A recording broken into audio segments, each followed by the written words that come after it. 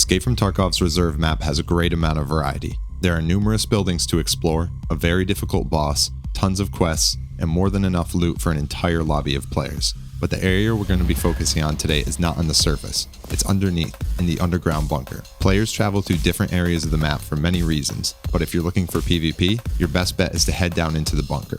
It can be a difficult area to learn though, so today I'll be walking you through everything you need to know to become more proficient at PvP in Reserve's underground bunker. Before we get into it, you can find me on Twitch at twitch.tv/giantbusak or on TikTok under the same name. If you've seen my video on Customs Dorms PvP, you're in for a lesson quite similar. If you haven't seen that yet, definitely check it out as well as my other PvP guides, as there's a lot of overlap between topics. This video will be focused on playing as a solo, but much of what you learn can be utilized while playing in a squad as well. Let's begin with the location and layout. Most of the reserve maps you'll find online will be oriented in a way that Dome or Queen is located to the north, but with proper cardinal directions, Dome is actually to the south. Keep this in mind while we go through the directions of different locations throughout this video. The underground bunker is located in the eastern part of the map, underneath the helicopter between the main block of buildings. In order to properly orient ourselves within the bunker, it's important to memorize the locations and names of the surrounding buildings. To the northwest, we have White Bishop. To the north, we have Black Bishop. East is Black Pawn, south is White Pawn, and west is King. Moving underground, looking at the bunker itself, we'll see it's got a pretty odd shape, but let me break it down for you. Starting from the outer edges, we have a set of tunnels or hallways which surround the entire outer edge of the bunker. These halls will be your primary entrance points into the bunker, connecting directly into each of the main building's basements up above. Traveling through these halls will allow you to do a lap around the central section of the bunker. This lap is crucial to understand in order to be effective in repositioning and identifying locations of enemies. Starting in the northwest, the hall is flooded with water. This area, located just below White Bishop, can be walked through, but movement will be loud and slow. Moving eastward, you'll be in the hall connecting to Black Bishop. There will be a ramp to your right leading down into the central section of the bunker to a room we'll call Sandbags, but we'll return to this later. This ramp can be called Black Bishop Ramp. Further ahead, there will be another doorway to your right, which leads to a small service closet type room. If you walk through it, you'll be heading south, and Black Pawn will now be on your left. Your first right will lead you into a stairwell, also connecting you to Sandbags. This can be referred to as Sandbag Stairs or Hell Stairs due to the Welcome to Hell writing on the wall. Further up, you'll have another right you can take, a ramp which leads down below. We'll call this ramp Black Pawn Ramp. We'll need to take this ramp to continue any further, as straight ahead we're met with a dead end. Heading down the ramp, we'll be met with the central area of the bunker on our right, which we'll come back to later, and a set of stairs on our left. These stairs will lead us to the hallway which connects to White Pawn, so they can be referred to as White Pawn Stairs. Heading up them, we'll have a dead end to the left, as well as a connecting hall to White Pawn. On the right, if we head all the way to the end, we'll be met with a set of stairs on our left. These lead to D2, an area we'll talk about later. To the right, we'll have another doorway, which leads north towards King. We'll call this ramp D2 Ramp. Heading down it, we'll be met with a set of metal stairs on our left. These lead up into the King building, so we can call them King Stairs. To our right, we'll see two large doors leading to the central area of the bunker. Passing these, we'll have a hallway to the right and a small closet-type room to the left. Both of these lead to the same place, a hall leading to the Water and White Bishop, where we started our lap. Now that we know the hallway lap surrounding the central section of the bunker, we can start talking about the center itself. We already know that to the east is Sandbags, which we can access using both Black Bishop Ramp and Black Pawn Stairs. The more central, large room between everything we talked about so far is called Map Room, named after the large map leaning on the wall in the center of the room. This map can actually be used to help orient yourself, as you can remember that the wall it leans on is the same direction as White Pawn. The map room itself will be the center point of many engagements that you'll have in the bunker, and also the most open area in all of the bunker.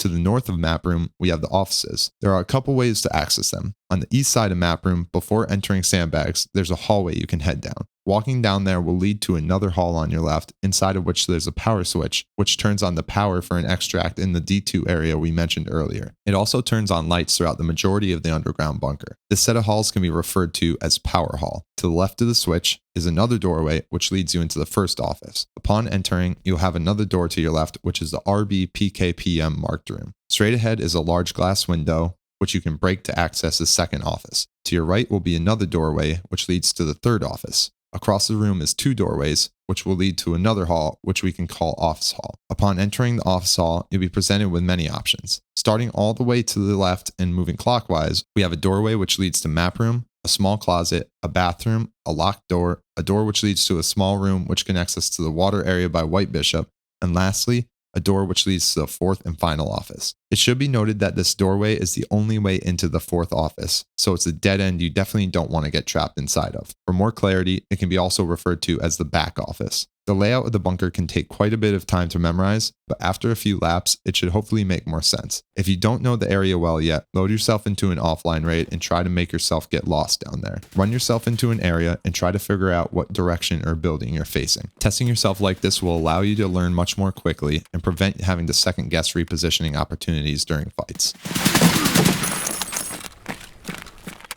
Now that we know the layout of the bunker itself, we can take a step outward and get a better look at the entrances into the bunker. We'll be taking the same lap we originally took when looking at the surrounding tunnels of the bunker, starting again in the water near White Bishop. White Bishop has only one entrance leading into the bunker, one of the only two buildings with a single entrance. Anyone entering from White Bishop needs to either jump over or cross through the water to access the rest of the bunker, an important set of audio cues to listen out for. Over towards Black Bishop, you'll see there are two entrances into the bunker. Both of these lead up into the basement of Black Bishop, which is disconnected from the upper floors of the building. Over towards the pawn buildings, entrances are pretty similar. Each building has two small halls which connect directly with their basements. In the southwest corner of the bunker halls, there's the stairway to D2, technically another entrance into our main bunker area, but we'll come back to this in more detail in the next section. Lastly, on the west side, we have the King stairs we mentioned earlier. King is the second building which has only one entrance into the bunker. Entering from here is very audible to the rest of the bunker, as it's the only area in the bunker where the entrance consists of metal stairs. When it comes to choosing which entrance to take to get to the bunker, there's no best answer, as it really depends on where your spawn is. Ideally, you want to take whatever route is closest to your spawn, but personally, I like to avoid taking King or White Bishop as entrances, unless I spawn very close to them. The reason for this is that since they each only have one pathway into the bunker below, your entrance is very predictable by someone that is already inside. If a player hears you coming from one of these entrances, they can easily camp the door, and the only option you'll be left with is turning around and taking another route. That is, unless you want to risk dealing with someone holding an angle on you. Take whatever entrance gives you the best advantage off the spawn you get, but do take the time to learn them all, as you'll likely need to make use of them each at some point. Next, we should talk about D2. While still fully underground, I consider this section of the map to be separate from the main part of the underground bunker, but you still need to have a full understanding of it to be successful in your bunker PvP. As stated earlier, you can get there from the underground bunker by heading down the staircase in the southwest corner. These stairs will lead you to a collection of corridors of varying sizes, eventually leading to a large room with servers. From here, you have a couple routes you can take. By taking your first left, you'll begin passing through another chain of rooms, eventually leading to a dead end, which is the D2 extract. You can activate the switch on the wall to begin opening the extract's door, but only if you turn on the power switch in the main part of the bunker. Beware though, this area is heavily camped and caution should be taken when proceeding through each room. Flashlight usage is ideal, so that each angle can be quickly checked for a player looking for an extract camp kill. A common practice is to bring plenty of grenades which can be thrown ahead to clear each room ahead of you, or at least force a camping player to move and inform you of their presence. Moving back to the large server room, if you instead proceed through the doorway up the next set of stairs straight ahead, you'll reach a long hallway which leads to a spiral staircase. Taking this will bring you up to the top of the mountain where Dome sits, being our last point of access to the bunker from the ground above. Unless you have a Red Rebel to take the Cliff Descent extract, D2 will be your primary extract after engaging in bunker PvP. It's important to know how to properly navigate through this area, as it's an area you'll be passing through nearly every raid you extract from. We'll go over extract campers in more detail later on, but for now, here are a couple pointers. Number 1, don't make assumptions. No matter how dead a raid seems, no matter how little noise you've heard, no matter what doors are opened or closed, do not assume that there isn't someone camping D2. Number 2, as stated before, bring a flashlight. It's much easier to swipe a light across some darkened corners than it is to have to squint to see if a player is sitting in the shadow. Number 3, also stated before, if you're unsure about whether or not a player is up ahead, just throw some grenades. Spending that extra 10k to throw a grenade is better than losing all your gear and loot to someone holding an angle right next to extract. And lastly, number 4, if there is a player up ahead, don't be afraid of them. Anyone willing to engage in extract camping is doing so because they likely don't know how to actually fight players. Be aggressive. Try to bait any grenades that they have by running back and forth. Try to bait their shots so you can confirm their position, and pre-fire the heck out of them once you know where they are. It's almost certain to work every single time, but you need to know that they're there in the first place. Take your time and plan ahead when moving through D2, and extract campers will never be something you need to lose to. In order to fully understand player pathing within the bunker, we need to know where players loot most frequently within it. There really isn't a particular location that is most heavily looted more than others, as loot is pretty widely spread throughout it. In Map Room, there are a variety of supply and weapon crates. The offices have filing cabinets and weapon crates. a few of the halls have toolboxes, and there's a variety of tech and tool loot in the server room by D2. Much of the loot here is pretty generic, aside from the RBPKPM marked room and offices, and the RBBK marked room where the bunker connects to the south side of Black Pawn. Neither of these are hit too frequently though, as they're considered to have some of the worst marked room loot, at least in the current state of the game. There's one major source of loot though, which we haven't spoken about yet, and which draws in many higher level, more experienced players. Raiders. While this isn't a guide on how to farm raiders in reserve, you need to be aware of them and know how to fight them if you're planning on engaging in bunker PvP. Upon the start of a reserve raid, there's a chance that 3 to 4 raiders will spawn in the underground bunker, and there's a second chance that 3 to 4 more will spawn whenever the power switch is hit. You can usually be notified of their position or existence by their constant chatter of voice lines, as well as their constant running around as a squad. Since they tend to stick together, if you see one, expect more close by. Try to avoid exposing your entire body to them if you plan on taking them out. Confirm their location and hold right-hand angles to pick them off one at a time. If you take some shots and don't get the kill, don't repeat the same angle twice, as you're almost guaranteed to get killed in a single shot. Either wait a significant amount of time before peeking again, or reposition. Sometimes, if they're alerted when you begin engaging one of them, the rest of their squad will charge after you. Because of this, extended magazines are usually extremely helpful in the bunker, so you don't have to reload while a raider is chasing after you. A common way to clear for raiders when entering through the bunker is to toss some flash grenades, as it will cause them to voice line and reposition themselves. Many players will enter the bunker just to fight and loot raiders, then run to D2, so listen for any signs of an engagement taking place as you make your way underneath. Third partying with a player struggling to take out a squad of raiders can make taking the player out pretty easy for you, or at least let you know exactly where any player is. I highly recommend practicing against raiders in offline raids until you can take them out consistently and memorize their spawns. Be sure to enable PvE as well as enable bosses to ensure they'll spawn. When speaking about weapon choice within the bunker, you really aren't limited to a certain style of gun. There are both close-range PvP opportunities, such as Office, and long-range opportunities, such as Map Room, so you just need to try to keep your fights focused in areas where your weapon thrives. Personally, I like to keep my weapon choice as something which can hold up in close quarters, as well as maintain accuracy at range. Lately, my most frequent choices have been the M4 and RD704, as well as mutants whenever I pull them off a player. These are what work well for me, but don't let that keep you from running your favorite semi-auto weapon or shotgun. There's truly no limits when it comes to playstyle in the bunker, so test a bunch of options and see what works most consistently for you. As always, we need to talk about commonly held angles, as many players enjoy a slower, more precision-based playstyle. Whether you play this way or not, you need to learn the angles players commonly hold so you know which areas to check when clearing rooms. Starting from the center, players will hold the large doorways at either end of the map room. This is probably the most common position you'll see being held if a player beats you into the bunker. By power hall and leading into office, players will hold either doorway, hoping to get a kill on an unsuspecting player looking to turn on power. In the office hall, a player will commonly hold a right hand in the doorway to the smaller water room. At White Bishop Ramp, it's likely a player will position themselves into a right hand when entering the bunker before crossing water, and again in the utility room up ahead.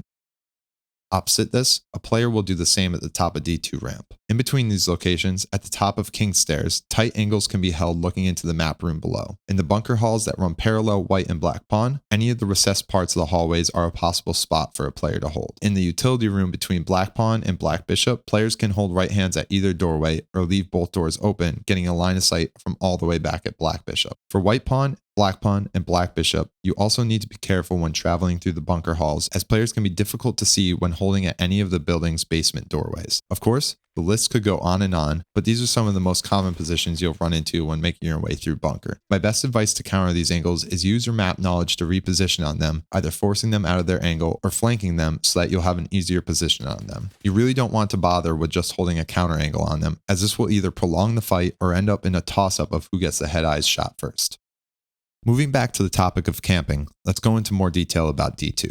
If you're traveling from the main bunker area towards D2, there are many locations that players can camp, most of which are hard to predict if you don't know what to look for. I'll basically go down a list of where people commonly camp, starting at the bottom of D2 ramp stairs. The first room you enter has 3 spots: under the small metal stairs you walk down, behind the door leading into the room, and behind the large bunker door halfway through the room. Moving ahead through the hallway, we'll have the large red room. Mostly what you're looking for here is someone proning straight ahead at the end of the tunnel, as well as someone sitting directly to your right the moment you enter the room. Someone can also be holding a right hand through the doorway at the other end. Moving through that doorway, if the door ahead is open, open, you're looking for someone holding a right hand either there or back in the hallway towards Dome. Entering the server room, people could be anywhere on your right, so flashlights are essential for doing a quick scan of all the shadows of the room. To the left, toward the extract, you could have someone behind the door on your left or on the other side of the machine on your right. Down the next set of stairs, it's possible to stand on the light overhead in the stairway, as well as sit behind the pipe in the room with a floodlight. Almost toward the end, we have the electronic units that people can sit behind, or they can be holding an angle or proning in the doorway between the jackets and the sports bag. Finally, in the actual extract room, check for people standing below the stairs or on the railing at the top of the stair set. For any of these locations, the best you can do is quickly peek for anyone in any of these spots each time you move through.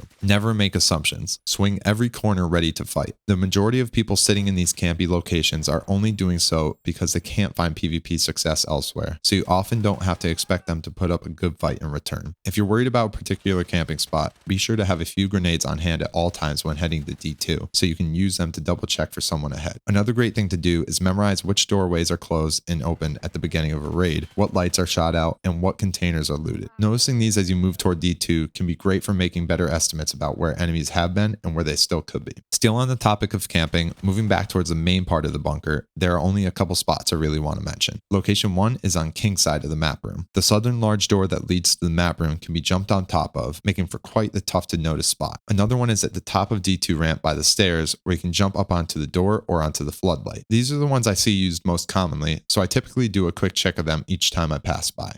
When it comes to audio in the bunker, there are a few cues you should be aware of in order to quickly identify an enemy's location. Starting with one of the most obvious, let's talk about the water. If a player is moving through the water by White Bishop's bunker entrance, it can almost always be heard from anywhere else in the bunker. This can not only help you identify the opponent's location, but also give you a brief opportunity to get an easy kill on them. Movement is slower and sprinting is prevented when passing through the water, making for an easy grenade kill opportunity. It's also possible to jump over the water if your strength is high enough, so listening for a player jumping in that direction can also give you an idea of their location.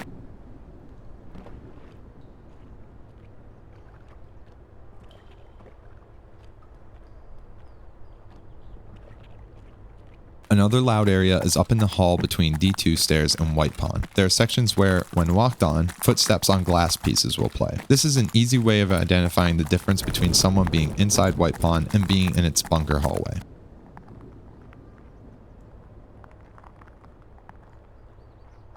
There are a few metal locations to be aware of too, the biggest being King's Stairs. As stated before, these are the only stairs in the bunker made of metal, as the rest are concrete. If you hear metal towards King, it's likely that a player is making his way down those stairs.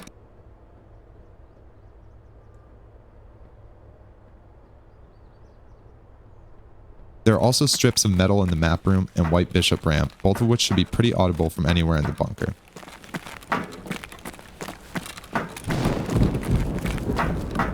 Another great sound to listen for is the glass breaking in the office. When a player needs to move through the offices, they'll need to break glass to pass through initially. Anytime the glass is passed through afterward, it tends to break again, playing further glass break sounds.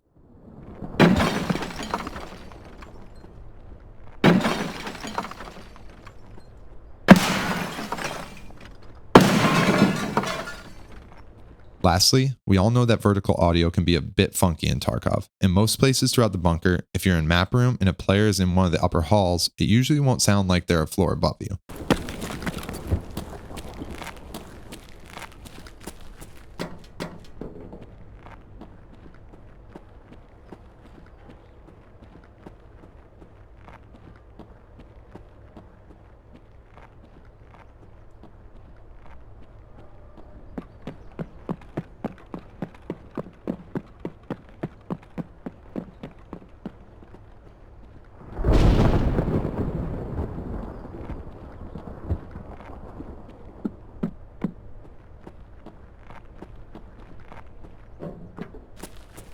Once they enter one of the basements of the buildings, though, the audio typically transitions to the muffled floor above you tonality.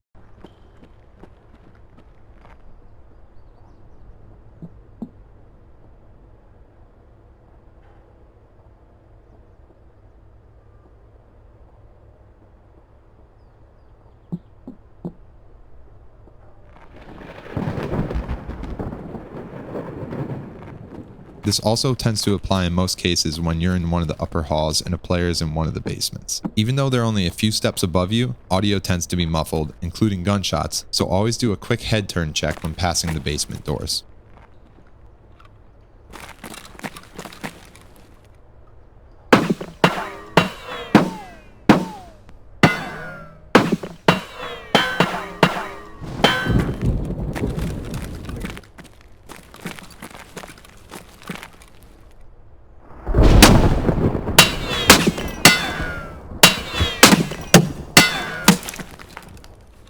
At the top of the stairs or at the bottom? Okay.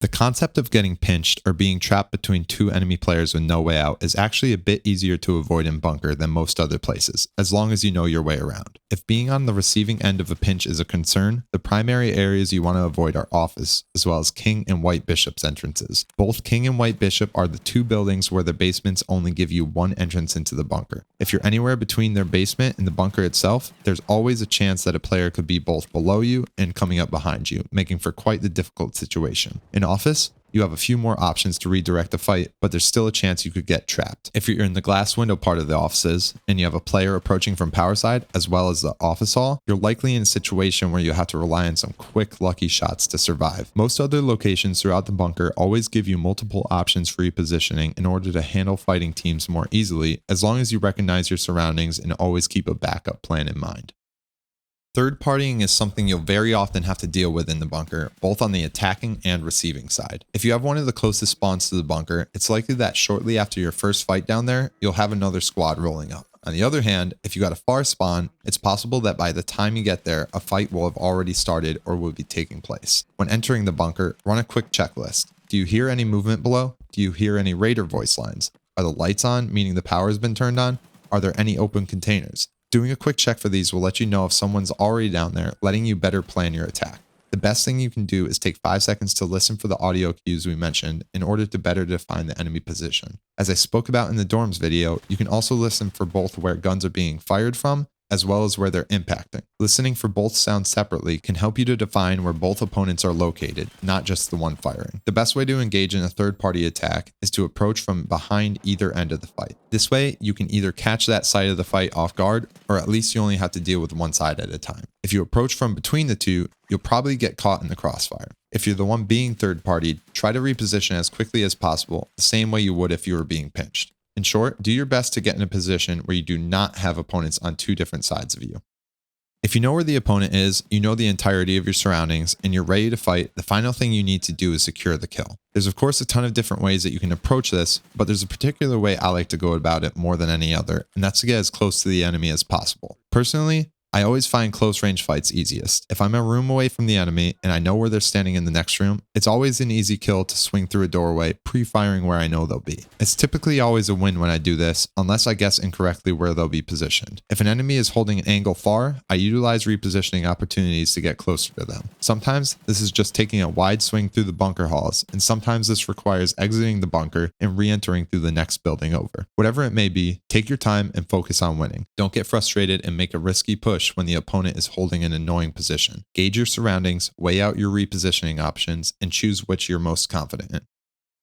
A last quick note I want to add into this guide is looting bodies. If you're part of the first fight that happens in bunker and you're the winner, you'll likely have a few bodies to loot. As we went over earlier though, there's usually another squad or two which will make their way into the bunker shortly after the first few minutes. The last thing you want to do is for a squad to show up when you're stuck looting bodies in the middle of the map room. Always take your time to reevaluate the situation around you after your first fight ends. Focus on healing up, then do another lap through the bunker, clearing all of the entrances. Once you're sure nobody else is making their way in, then it's time to loot.